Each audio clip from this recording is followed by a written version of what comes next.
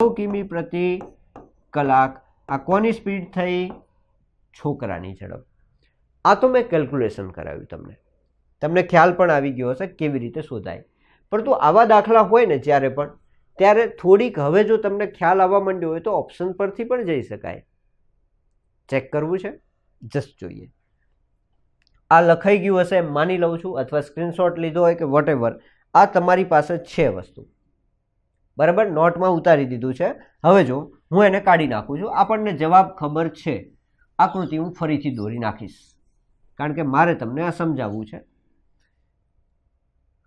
ટૂંકમાં પ્રવાહની વિરુદ્ધ દિશામાં તરી અને અહીંયા જે સ્પીડ છે એના અહીંયા જે સ્પીડ છે એ ડબલ આવવી જોઈએ. આમ જાય તો આના કરતા, બરાબર, અહીંયા જે મળે એના કરતા ડબલ આવવી જોઈએ. કરંટની સ્પીડ કેટલી છે? તો કે 3 ની છે. જોઈ લઈએ.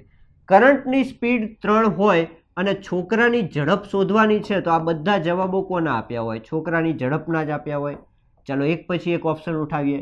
6 કિમી હોય, છોકરાની ઝડપ 6 હોય તો આ બાજુ 6 અને કરંટની 3, 6 અને 3 શું થાય? 9 થાય.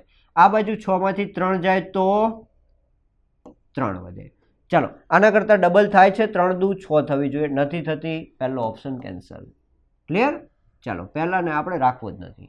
બીજો લો, 9 કિમી એમ કે છે, છોકરાની ઝડપ 9, તો છોકરાની 9 થાય તો 9 ને 3 આ બાજુ શું થાય? 12 થાય. છોકરાની ઝડપ 9 છે જ, એમાંથી આ બાજુ શું થાય? 3 બાદ થાય, બરાબર ને? અહીંયા +3 થાય અને આ બાજુ -3 થાય. જો આમ જવું હોય તો, ઊંધું પ્રવાહમાં જાવ તો આપણે 9 નો ઓપ્શન લીધો. છોકરો 9 ની ઝડપે જતો હોય તો આ બાજુ 9 3 12 થાય. આમાં 9 માં 3 જાય તો 6 થાય.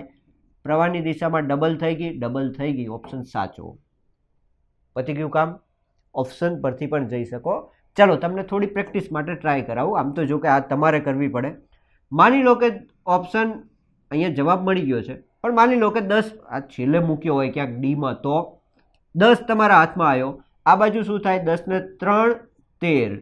આ બાજુ 10 માંથી 3 જાય તો 7. ડબલ થાય છે? નથી થતી, જવા દો ઓપ્શન.